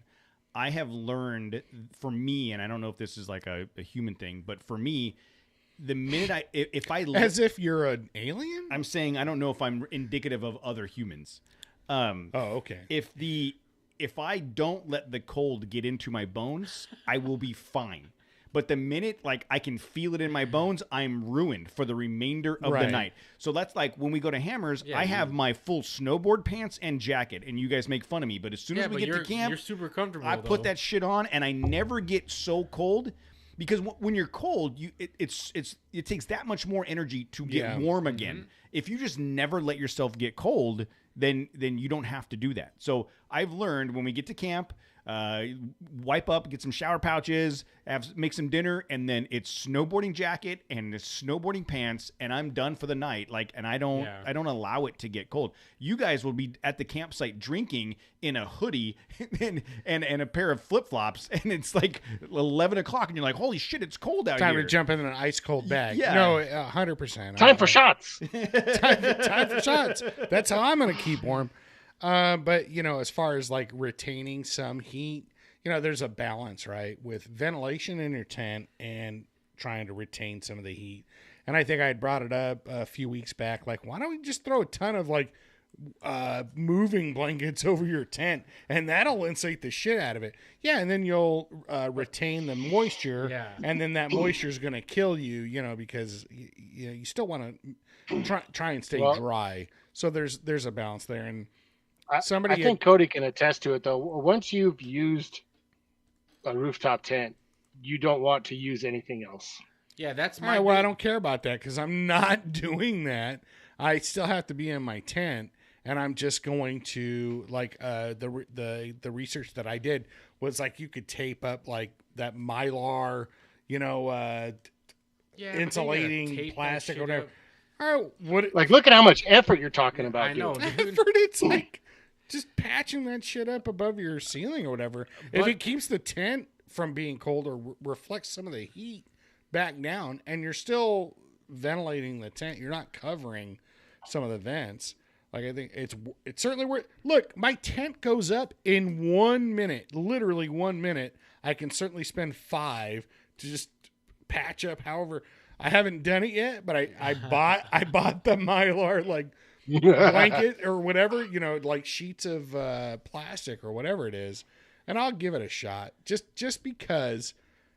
Fuck, man, at Hammers, I ran a goddamn stove inside my tent just to bring the fucking, so it wasn't so frigidly cold. For me, it's for 10 minutes, the you know? sleeping arrangement. Yeah. Like, I got to fucking pinpoint, I got to get that shit on lockdown because it's been like, I'll just sleep in the back of my truck on the hard-ass fucking steel floor. Yeah. And not even... Like, I need to figure out... You've talked about building a platform back there. Like, is that something you think you could do before Hammers? Definitely. It's fucking expensive. They have those, like, generic sized, like, shaped, like, deep, you know, the deep sleep. Have you heard of those? Mm-mm. It's called deep sleep, and they make them for Jeeps. So it's, like, specifically designed to fit the perfect inside contour of the back of a JK or a JL. But they have all kinds of generic ones out there that fit, like, this size SUV or that size SUV. And it'd be an air mattress back there. I'm with Lee. I think the electric blanket is. But then then you have to have a power source though. That's like the next fucking barrier to entry. For me, as long as I've got an Optima battery in the truck, and I ran that to the back of in the bed of the truck. I've got that box that has the compressor and 2 power outlets, one for the refrigerator. I could easily dangle that cord out and plug it in. And that would kill your truck in a heartbeat. Would it really? I don't know, dude. Those heater blankets draw a lot. No, I think Joey ran his electric blanket on that EcoFlow thing one night, and he still had like 70% in the morning. Yeah, but that's different than your truck battery, man. Oh, okay. Well, not all batteries are... It's definitely a risk. Yeah, I mean... It's a risk. You wake up, if your EcoFlow dies, whatever, that thing's dead. You can still start your truck. But if you've got one of those Ironman Titans or that Ironman battery box, you know what I mean? I would go that route. But yeah, so that's something definitely I want to improve on is my sleeping situation. Either building out that platform. Build a platform. I showed you guys, or buying the fucking clamshell. If I buy a rooftop tent, it's a clamshell one. It's the wedge one.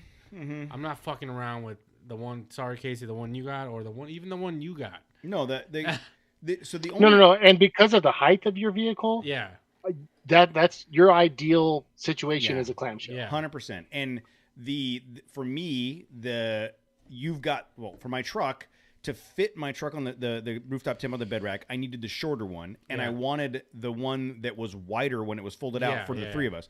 For you, it's just me. It's just you, and you've got the full length of your Land Cruiser. Put that put that Iron Man Swift tent, clamshell tent up there, and you are golden. Yeah, and then I wouldn't even have to build out that platform. I could still have my back seats. 100%. And let's be honest, it ain't gonna slow your vehicle down. No, it's slow as fuck already, dude. You're not I'm racing. going nowhere fast already. You're not racing anybody as it is. Yeah, so if I were you, that's the route I would go. I would get the Swift. That's the most expensive route, also. Though. Yes, for sure. That's the problem. Like it's the most convenient one, but it's also the most expensive one. Yeah, I agree. So I think for me, for this year, I'm going to try to do a electric blanket situation inside the rooftop tent. Do you remember the Icon event? We were in the Shift Pod. Yeah. We had that one night. It was really warm. The one. but we ran. I think you had a space. It was the buddy heater. Yeah. But there was a lot of moisture. There was a shit ton of moisture in there. But it was toasty as fuck. I mean, it. So there's that was all the farts. Yeah, it was all the methane that we're putting out. Yeah, that's true. But that was all the IPA farts. It was also a testament, I think, to the shift pod being able to retain the thing heat. Was fucking big though, dude. It was.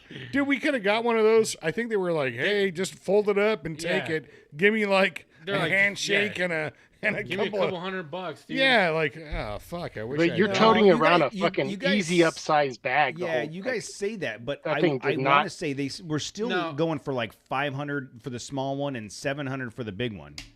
I remember. Nah, dude, it was $450. Yeah, it was like, give me $400. It was $450 for the big one. Yeah. The one that we were in. That giant one, that UN one.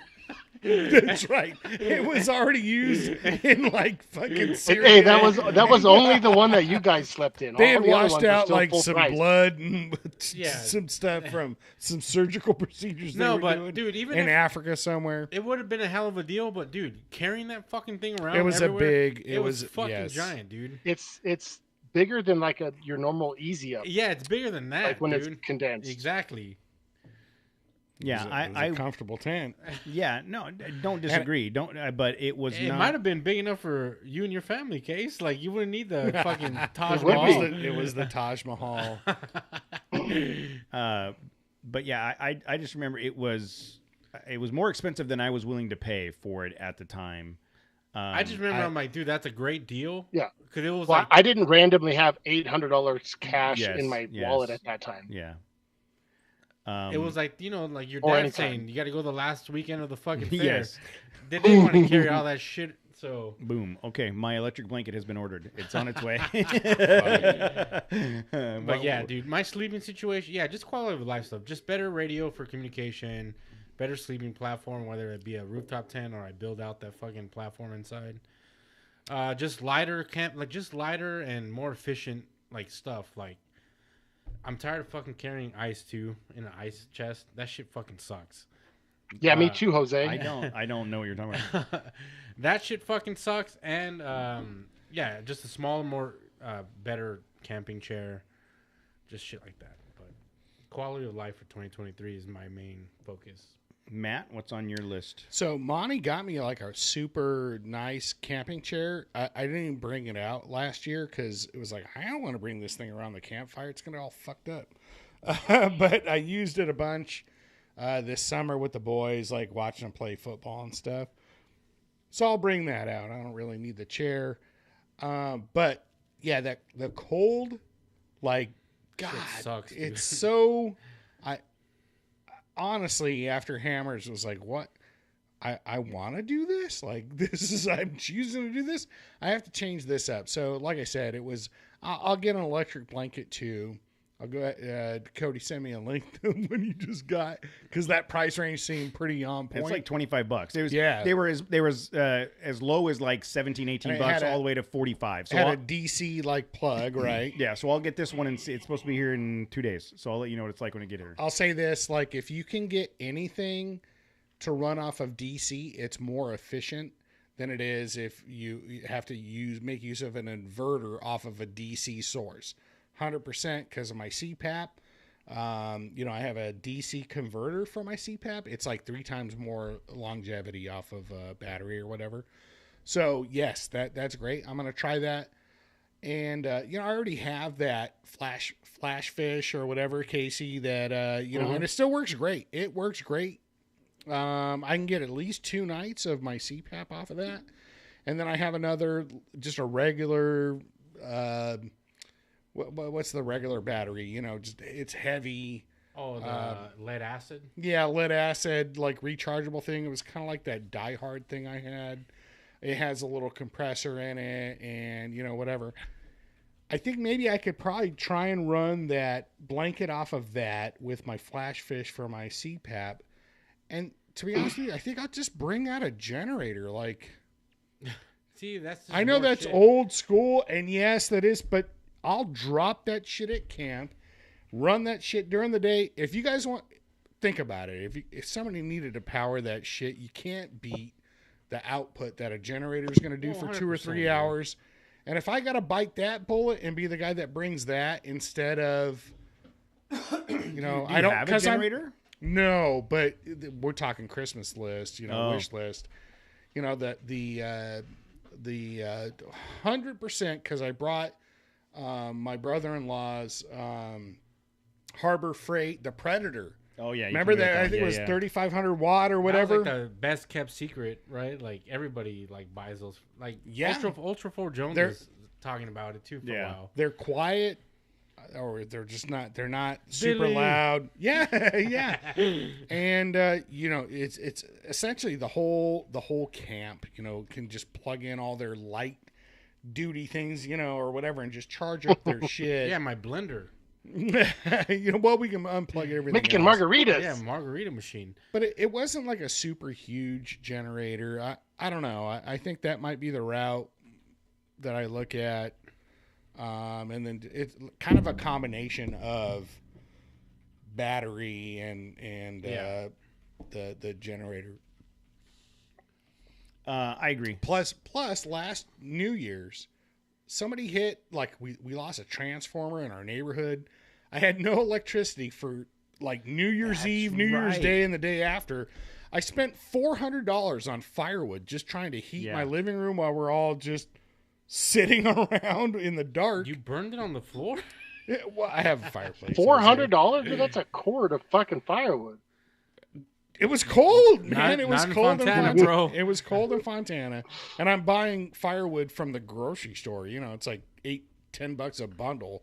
That bundle's done in like an hour and a half. Yeah, And I told Monty the other day, I could have spent that money on a generator. I could have just ran the furnace, and then we had gas, and I could have heat the house. So why don't you just turn on the stove? It works at the campsite only. That's a good point, Jose. Where were you last year? Off the street. We're all dead. Just asphyxiated. So I don't know. I'm still contemplating like my strategy, I guess. But cold and comfort, same with me this year. I'm not fucking around with that shit anymore, dude. Yeah, I think that as much fun, to be honest with you, as much fun as wheeling around and campfire time, the what you have to pay for at night to just be warm and comfortable and get real rest is like, dude, man, I gotta step that game up. My preparation, I have to step up my preparation. So again, I did buy a couple of moving blankets, but my strategy is not to cover my tent with that, but to isolate and insulate from the ground. Put a tarp down. Will fucking soak up that heat too, dude. Yeah, exactly. Or that cold will permeate through the base of the tent. So tarp, moving blanket, tent, moving blanket, and then set up my tent, and then try and put some whatever. If you guys want to clown me for setting up whatever means of reflection of heat, even if it's minor, even if it's a 20% increase that's not minor, dude. That's a lot. But I think it's feasible. I think it's a viable thing, because there's nothing but canvas. Not even, it's like a super thin canvas. It's nylon. Yeah. Yeah, there's nothing there. Just bring a roll of aluminum foil with you everywhere.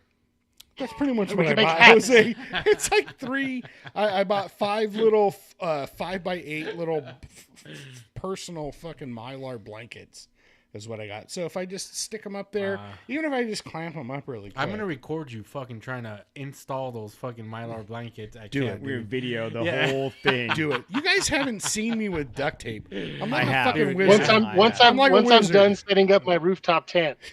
Yeah, exactly. We're all just going to be sitting around. All right. And when you guys roll your fucking tent or you can't get up the hills, then I'm going up because you got your entire life in the bed of your truck. That's fine. That goes right back to what you just said. The fun you have during the day, you pay for it at night because you don't have the comfort. And we've flipped that and gone, we're taking the comfort and we've reduced the amount of fun. So... And I would not reduce the amount of fun. I would argue You're that fun reducing. Just changed. Not reduce the amount of fun. Changed the amount of. Just changed the type of fun. Changed it. Agreed. All right. So maybe that's what we need to do for next week. So next week we need to put together an actual list of what you need to bring. That's your homework between now and next week.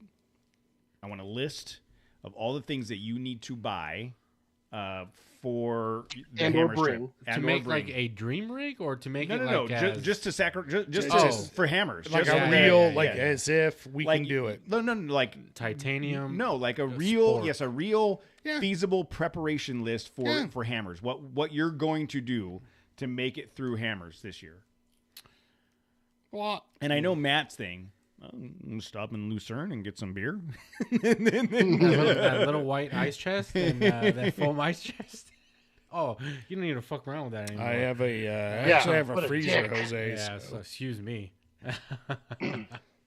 So, yes, spreadsheet presentation next week. That is absolutely correct. Beatrice Whitinsky. I'll go ahead and pivot table that shit. Like cost versus reliability. Sure, no problem. Do it. All right, we are at the 2-hour mark of nonsense and shenanigans, and these for some reason these non-topical fucking episodes always go way longer than the other ones. Because we're just randomly going. And it sounds like Jose is going to slide into Lee's DMs. I don't know what that's all about. Get some activity. Don't worry about us Land Cruiser stuff. You guys get your action on. We're going to bump our Land Cruisers together. Don't cross the streams. All right, so we're going to... Scissor action? Is it scissor? Matt is revoked. Matt is... I think it's pronounced scissorup. Scissory timbers. Matt is... Right. All right, everybody. Good night.